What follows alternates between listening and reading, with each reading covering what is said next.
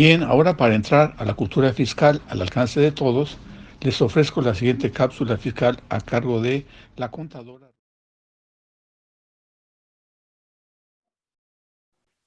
¿Cuáles son las características de este paquete fiscal y también cuáles son las características de los actuales funcionarios de Hacienda? Como ustedes lo han visto, ha sido reiterativo el mensaje que ha enviado la maestra Raquel Buenrostro, la jefa del SAT.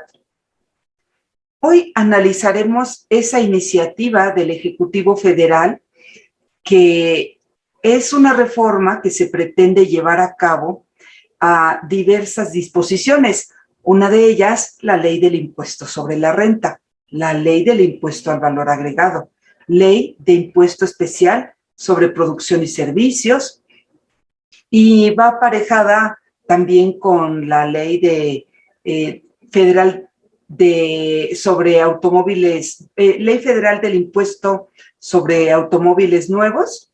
Analizaremos una parte del Código Fiscal de la Federación.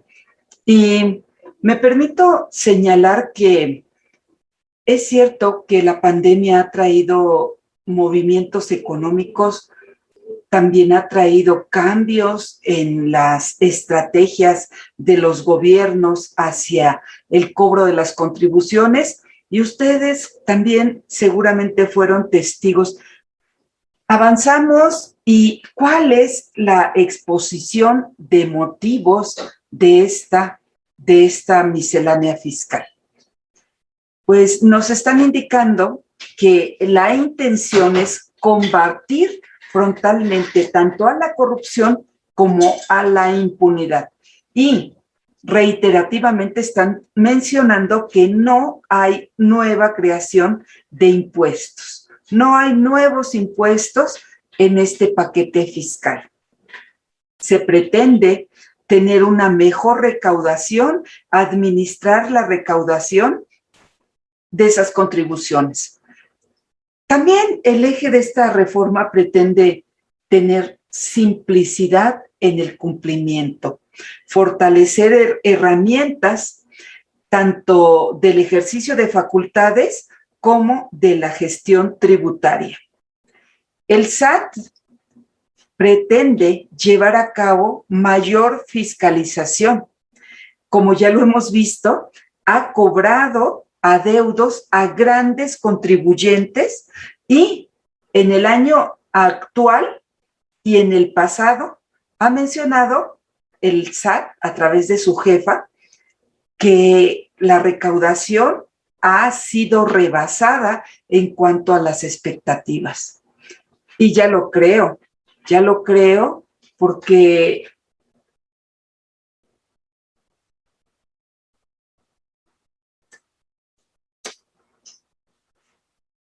también la jefa del SAT ha mencionado que los contribuyentes tienen la necesidad de consultarnos a los contadores, y se ha hecho un gran revuelo en los medios respecto de este tema, porque es cierto que la autoridad de este gobierno, de gobiernos pasados, ha hecho énfasis en que no es necesario contar con el apoyo de un contador para poder cumplir con sus obligaciones fiscales los contribuyentes. Es muy cierto que la autoridad ha tenido herramientas actualmente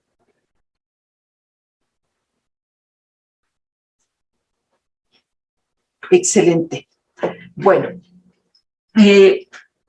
estaba en el hecho de que el gobierno constantemente hace referencia a que no es necesario tener los servicios de contadores como nosotros, es decir, en general de servicios contables.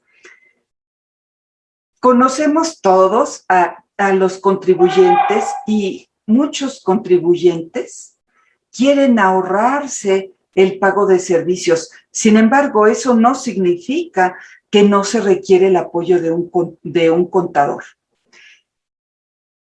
Las herramientas que actualmente se ofrecen en la página del SAT, como el caso de factura gratuita, el programa de Mis Cuentas o aplicativo Mis Cuentas, aplicativo Mi Contabilidad. Lo que pretende esta reforma, el régimen simplificado de confianza.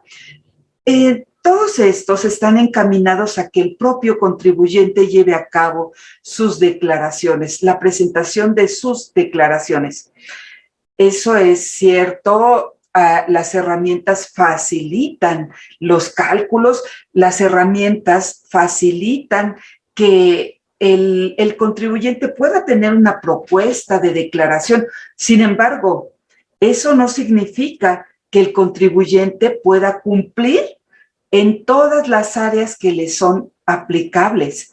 Por ejemplo, si nosotros revisamos esta iniciativa, como lo vamos a hacer a lo largo de estas horas, vamos a percatarnos que no hay una propuesta en materia de impuesto al valor agregado que pretenda hacer ajustes respecto de ese régimen simplificado de confianza. Solamente tenemos una iniciativa que contempla cambios o modificaciones a la ley del impuesto sobre la renta, parte al Código Fiscal de la Federación, pero no hay una iniciativa, no hay dentro de esa iniciativa alguna propuesta de modificaciones a la ley del impuesto al valor agregado, de manera que los contribuyentes podrán tener fácilmente, si entran en este régimen simplificado de confianza, podrán obtener fácilmente, claro, sabemos que hay detalles que se le pueden escapar al contribuyente, pero podrá tener una propuesta de impuesto sobre la renta, de declaración de impuestos sobre la renta a presentar. Sin embargo, en materia de IVA tiene que efectuar sus cálculos y en ese aspecto, por supuesto, que requiere el apoyo de un experto, como lo somos nosotros los especialistas de contaduría, los licenciados en contaduría, los abogados en su caso.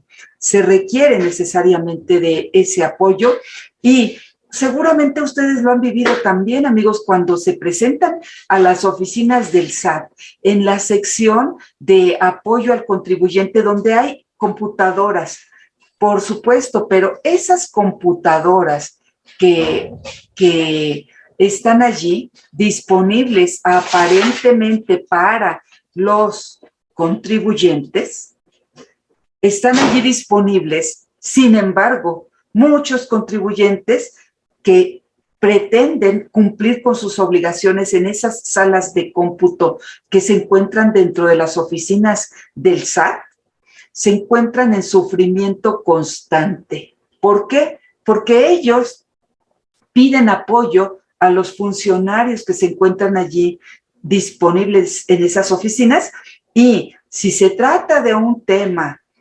relacionado con la computadora, de poder ingresar a la página del SAT, a la sección de declaraciones, probablemente les auxilien un poco a los contribuyentes, pero a la hora de resolver las dudas técnicas, la autoridad los deja abandonados. Y esto es cierto, no estoy haciendo ninguna crítica, mala crítica, es una realidad que los contribuyentes que, por supuesto, requieren de un apoyo, nos necesitan. Porque allí verdaderamente se nota cuando están sufriendo por no poder cumplir con sus obligaciones, porque sí, ya les dieron acceso a la computadora, pero ¿cómo van a presentar su declaración? Esos detalles respecto del IVA, la proporción de IVA, ¿es 100% acreditable el IVA? ¿Es parcialmente acreditable? Lo desconoce el contribuyente. Entonces, necesariamente nos requieren, amigos. No nos enojemos y no demos pie y rienda suelta a la ira, porque al final los contribuyentes nos van a buscar, porque nos necesitan. Por eso, en la iniciativa se establece que la autodeterminación de las contribuciones, es la base de nuestro sistema tributario y que también los contribuyentes tienen una muy baja capacidad administrativa para poder cumplir. Y eso es cierto. Si la base de los contribuyentes en nuestro país está fundamentalmente en las MIPYMES, micro, pequeñas y medianas empresas, esas micro, pequeñas y medianas empresas tienen sí una baja capacidad administrativa. También dice nuestra iniciativa, esta que estamos analizando, que tenemos regímenes fiscales muy complejos y que el cumplimiento de obligaciones fiscales implica gestoría, implica también asesoría de parte de nosotros y un costo, por supuesto, para los contribuyentes. ¿Qué es lo que pretende esta iniciativa? Pretende generar o impulsar regímenes que contribuyan a una rápida, práctica y sencilla forma de cumplir con las obligaciones fiscales, incrementar la base de los contribuyentes y también la pretensión es evitar la informalidad. El objetivo eje de esta iniciativa es facilitar el cumplimiento voluntario, incorporar regímenes fiscales simplificados, tener su eje en la confianza ciudadana, aprovechar medios tecnológicos, llevar a cabo hacia los contribuyentes una verdadera simplificación administrativa y, sobre todo, inhibir la evasión y la elusión fiscal. Ese es el objetivo fundamental. Y entremos en el análisis de la ley del impuesto sobre la renta. En materia de impuestos sobre la renta se está proponiendo tener modificaciones en diversos ámbitos. Entremos en el caso del tipo de cambio. En el año 2002 se estableció dentro de nuestra legislación un cambio para que existiera desde ese 2002 un parámetro del monto máximo de pérdida cambiaria devengada en fluctuación cambiaria, tomando como base el tipo de cambio que publica Banxico en el Diario Oficial de la Federación. Se reformó en 2002 esa ley del impuesto sobre la renta, y ahora se pretende tener una reforma al artículo 8, sexto párrafo, para regularizar la ganancia derivada de la fluctuación cambiaria. Se quiere establecer un parámetro de la ganancia devengada por esa fluctuación y evitar, dice la iniciativa, que los contribuyentes determinen menores ingresos que los que obtendrían tomando en consideración el tipo de cambio oficial. Esto en cuanto a tipo de cambio. Ahora, otra iniciativa de reforma es la dispuesta en el artículo 9, fracción segunda. Se adiciona un segundo párrafo a esta fracción segunda del artículo 9 para establecer el orden de prelación en que se deban aplicar los acreditamientos de parte de los contribuyentes. Y dice esta iniciativa que se pretende otorgar certeza jurídica a los contribuyentes. Y me explico, amigos.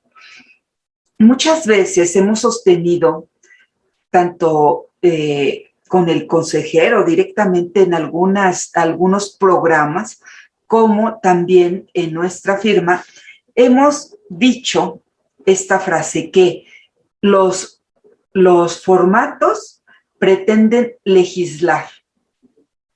Y trato de explicarme. Los contribuyentes que causan el impuesto sobre la renta efectúan pagos provisionales y esos pagos provisionales que enteran pueden acreditarlos contra el cálculo de su impuesto sobre la renta. ¿Cuál? El del mismo pago provisional, es decir, los pagos subsecuentes o la declaración del ejercicio.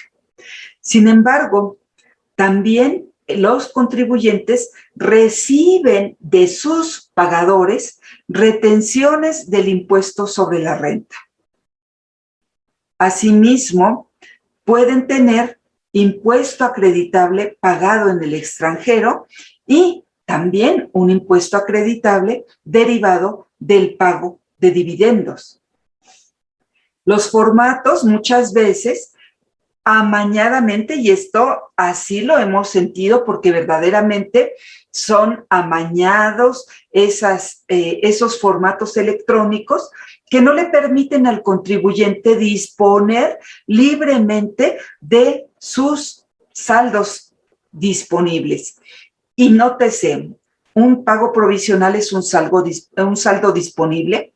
La retención que le hacen sus pagadores también puede disponer de la misma, y estos acreditamientos de pago de ISR en el extranjero y pago por dividendos también es un derecho que tiene el contribuyente de efectuar dichos acreditamientos. Pero si el sistema únicamente permite, por ejemplo, acreditarse los pagos provisionales como primera instancia o como única instancia, el contribuyente se agota el acreditamiento en pagos provisionales y el resto, me refiero a esos impuestos acreditables, tanto el pagado en el extranjero como en su caso el de dividendos, ya no lo podría aprovechar. Esta reforma pretende tener una prelación en el acreditamiento del impuesto y pretende que como primera instancia se pueda acreditar el contribuyente los pagos provisionales efectuados con antelación. Como segundo nivel de prelación, que se pueda acreditar el impuesto sobre la renta acreditable pagado en el extranjero, y como tercer punto o tercer prelación de acreditamiento, el impuesto sobre dividendos o utilidades distribuidos. Eso es lo que se pretende en este segundo párrafo de la fracción segunda del artículo 9 de la Ley del Impuesto sobre la Renta. He de referir, y voy a hacer una anotación aquí en mi material, que el impuesto retenido al contribuyente no está establecido dentro de la iniciativa de reforma. Allí no se incluye la prelación del impuesto retenido al contribuyente. Esperemos que con el proceso legislativo, las colegisladoras, en su caso, puedan tener una precisión respecto de este tema, que es el impuesto retenido al contribuyente. Hasta ahí el tema relacionado con el acreditamiento del impuesto sobre la renta de parte de los contribuyentes. Ahora, también hay una modificación, se pretende, todo esto, aunque yo hable de que hay una modificación, recordemos, amigos, que es una iniciativa, y hasta en tanto no sea aprobada en el Congreso de la Unión y publicada en el Diario Oficial de la Federación, será simplemente una propuesta. Pero entonces se pretende en esta propuesta reformar el artículo 14 de la Ley del Impuesto sobre la Renta, párrafo séptimo, inciso B. Se pretende modificar este artículo para la determinación de los pagos provisionales. La determinación de la autorización, más bien la solicitud de autorización de disminución del coeficiente aplicable a los pagos provisionales. La iniciativa hace énfasis en que la autorización se refiere al coeficiente de utilidad y no a una disminución de los pagos provisionales. Si nosotros revisamos nuestro anexo 1A, vamos a tener una solicitud para disminuir pagos provisionales. Y la iniciativa está señalando en este artículo 14 que pretende modificar que la autorización, esa autorización debe ser para disminución de coeficiente y no así para disminución de pagos provisionales. De manera que se hace precisión en ese artículo 14, séptimo párrafo, inciso B, para que la autorización sea para aplicar un coeficiente menor, un coeficiente de utilidad menor. Tengamos presente que si se aprueba también esta modificación al artículo 14, seguramente vamos a tener modificación al anexo 1A de la resolución miscelánea para este trámite de disminución que ahora se llamará de coeficiente de utilidad, y asimismo seguro que tendremos una adecuación en el formato respectivo para disminución de coeficiente y no disminución de pagos provisionales. Voy a ir leyendo si se presenta algún planteamiento de parte de ustedes. Voy a ir viendo el chat constantemente con el fin de atender sus inquietudes. Ya sabemos que actualmente en el segundo semestre se puede llevar a cabo esta autorización. Vamos a otro tema, un tema que tiene que ver con las estrategias que llevan a cabo algunos contribuyentes que tienen una gran planilla de asesoría. La micro, pequeña y mediana empresa no suele hacer o llevar a cabo estas estrategias. ¿Qué es lo que detectó la autoridad? La autoridad detectó a través de ejercicio de facultades de comprobación que los contribuyentes, algunos contribuyentes, no acumulan los ingresos por la enajenación de la propiedad. En la materia legal existen 3 elementos o atributos de la propiedad, como es el jus fruendi, el jus utendi y el jus abutendi, que es el derecho de uso, goce y disfrute, o abuso de la cosa. Derecho de uso, de disfrute, abuso de la cosa. Se llevan a cabo contratos donde se separan o se desmembran estos derechos de la propiedad.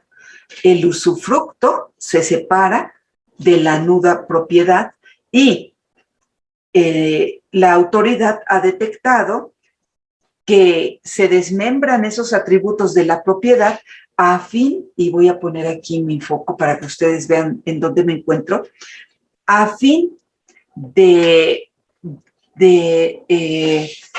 enajenar solo la nuda propiedad del bien, reservándose por cierto tiempo el usufructo del mismo. Entonces, fíjense, ¿qué es una nuda propiedad? Pensemos en un inmueble, pensemos en ese inmueble que se va a enajenar, y tener una nuda propiedad significa que sí soy propietario, sin embargo no puedo disponer del mismo. puedo usufructuarlo, se puede reservar por cierto tiempo el usufructo de ese bien. Yo voy a reservarme el usufructo, es decir, por cierto tiempo voy a utilizar ese bien. Sin embargo, enajené la nuda propiedad. ¿Qué significa la nuda propiedad? Como ustedes saben, tiene la característica, podríamos decir, de desnuda propiedad. ¿Por qué? Porque no puede utilizarse, abusarse, abusarse o disfrutarse plenamente la propiedad. Entonces, la iniciativa pretende modificar el artículo 18 de la Ley del Impuesto sobre la Renta, adicionando una fracción 12ª, para precisar que los contribuyentes que recurran a este tipo de prácticas deben considerar como ingreso el valor del derecho de usufructo, determinado en un avalúo que deberá practicar una persona autorizada por la autoridad. Cuando se consolide la nuda propiedad y el usufructo de un bien, se establece que hay obligación a cargo de los notarios, corredores, jueces y demás fedatarios que por disposición legal tengan funciones notariales para que a través de una declaración informen a la autoridad las características de esas operaciones estratégicas donde se ha desmembrado las características de la propiedad y, en su caso, tener también en esa declaración de los fedatarios públicos datos del contribuyente que adquirió la nuda propiedad y que el usufructo se queda temporalmente en quien la enajena. Avanzamos y otra de las pretendidas modificaciones a la ley de ISR. Se ha considerado que cuando se consolida la nuda propiedad y el usufructo, no se debe acumular algún ingreso, y dice la iniciativa, lo cual es incorrecto, puesto que el penúltimo párrafo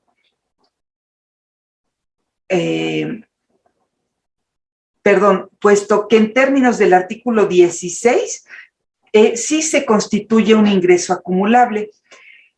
Dice la iniciativa que siempre ha sido la voluntad del legislador que los contribuyentes paguen de manera proporcional sus contribuciones, y propone la iniciativa adicionar un cuarto párrafo del artículo 19, donde se establezca que para determinar la ganancia en la enajenación de la nuda propiedad de un bien, debe restarse del precio obtenido el monto original de la inversión en la proporción del precio que corresponda a dicho atributo transmitido.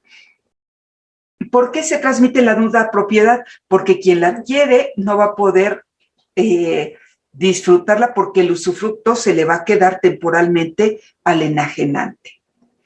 Ahora, vamos a otra iniciativa. Otra modificación a un artículo de la Ley del Impuesto sobre la Renta. En este caso, vamos a hablar del artículo 27. Sin embargo, me voy al antecedente. Como ustedes ven aquí en la imagen, claramente se ve cómo están unas personas manipulando combustible. Los medios le llaman guachicoleros, y al combustible le llaman guachicol. La iniciativa pretende hacer modificaciones en las deducciones por el modificar y detallar en requisitos adicionales en las deducciones. Dice, ¿de cuánto tiempo estamos hablando del usufructo del bien? No estamos hablando de un tiempo que establezca la propia ley. Ese tiempo lo disponen libremente los contratantes y puede ser incluso a veces vitalicio, mientras viva el enajenante.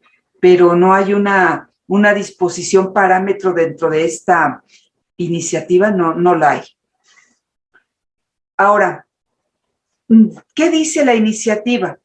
Que el combustible adquirido de personas que no cuentan con permiso para su enajenación es de procedencia ilícita. Esta venta, este combustible adquirido es de procedencia ilícita.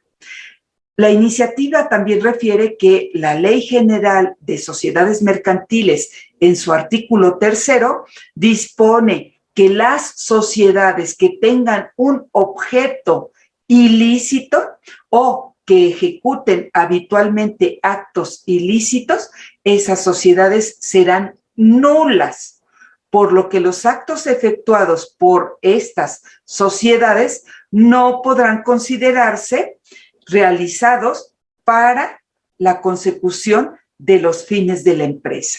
Entonces, tengámoslo en cuenta porque si hay alguna entidad que se crea, una entidad mercantil que se crea y que interviene en esta clase de enajenaciones, puede tener consecuencias no solamente fiscales, penales, sino también mercantiles y en su caso, de privación de la libertad.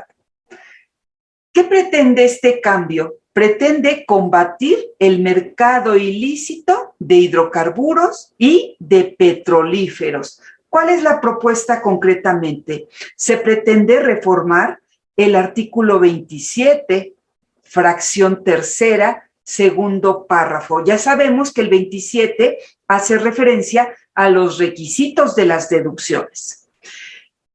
En este párrafo se pretende añadir a los requisitos de deducibilidad, se exige como nuevo requisito, declarar la información del permiso expedido por la Comisión Reguladora de Energía o, en su caso, por la Secretaría de Energía al proveedor del combustible.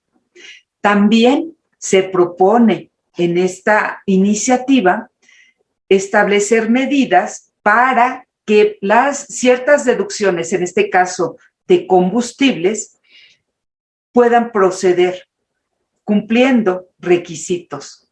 Esas operaciones son las relacionadas con hidrocarburos y petrolíferos. La pretensión, como dijimos, es inhibir la realización de prácticas ilegales. Entonces, hay que cumplir nuevos requisitos incorporando este número de permiso dentro de las operaciones de compra de estos petrolíferos.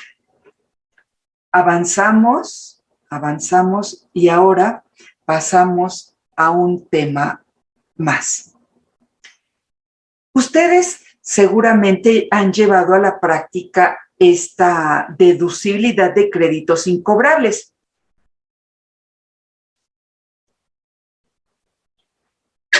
Me gustó mucho esta imagen donde el contribuyente va corriendo detrás de su dinero y el dinero se le está escapando.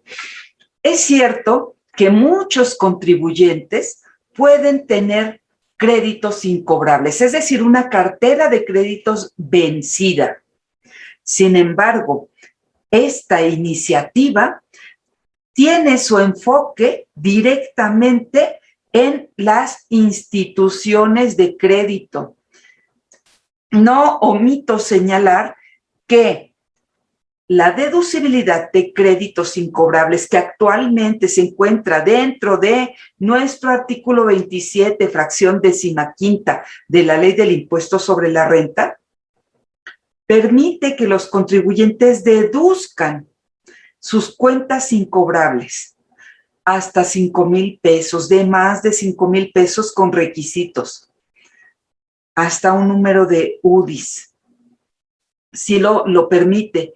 Sin embargo, esta iniciativa menciona que la autoridad con esta reforma va a tener certeza de que las instituciones de crédito deducirán créditos que realmente son reportados ante sociedades de información crediticia en términos de las disposiciones que ha emitido Banxico. ¿Qué es lo que pasa en la práctica? Que instituciones de crédito se han visto beneficiadas por esta deducibilidad.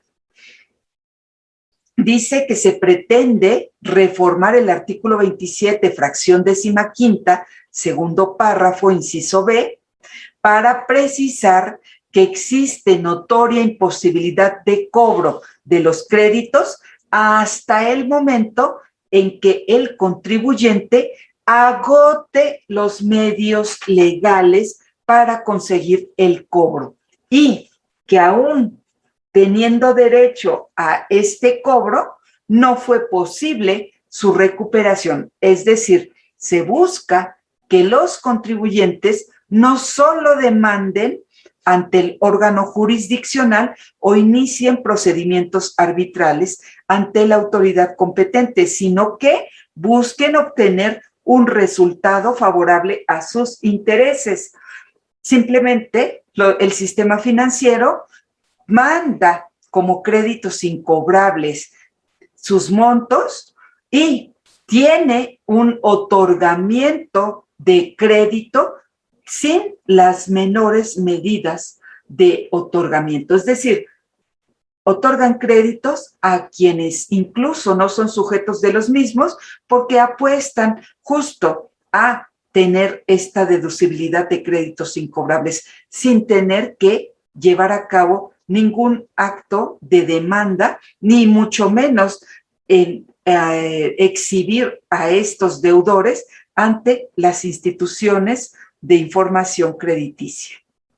Se propone entonces modificar este 27, fracción 15ª, adicionando un cuarto párrafo para establecer que las instituciones de crédito están obligadas a presentar información que proporcionen a las sociedades de información crediticia cuando la autoridad ejerza sus facultades de comprobación. Entonces, si la autoridad ejerce facultades de comprobación a las instituciones de crédito, las instituciones de crédito en este ejercicio de facultades están obligadas, según esta iniciativa, a presentar esa información de las sociedades de información crediticia.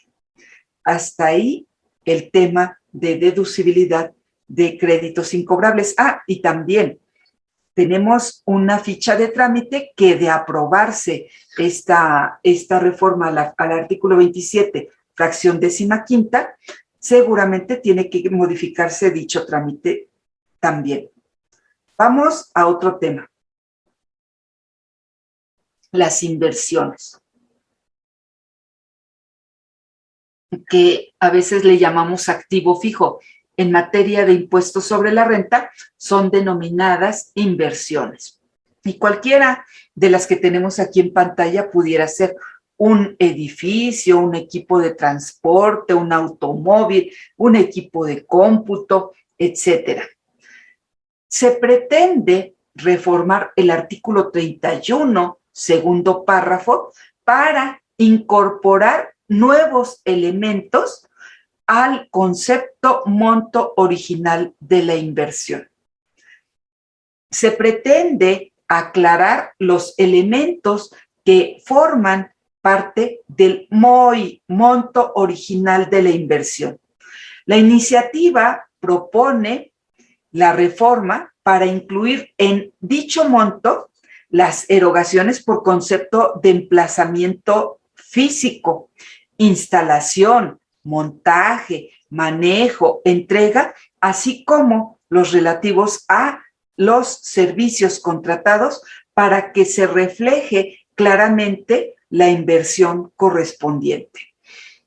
Si nosotros hoy, que estamos en el año 2021, en octubre, cotejamos cómo se incorpora el monto original de la inversión para efectos fiscales y lo cotejamos con normas de información financiera, vamos a tener diferencia en la integración.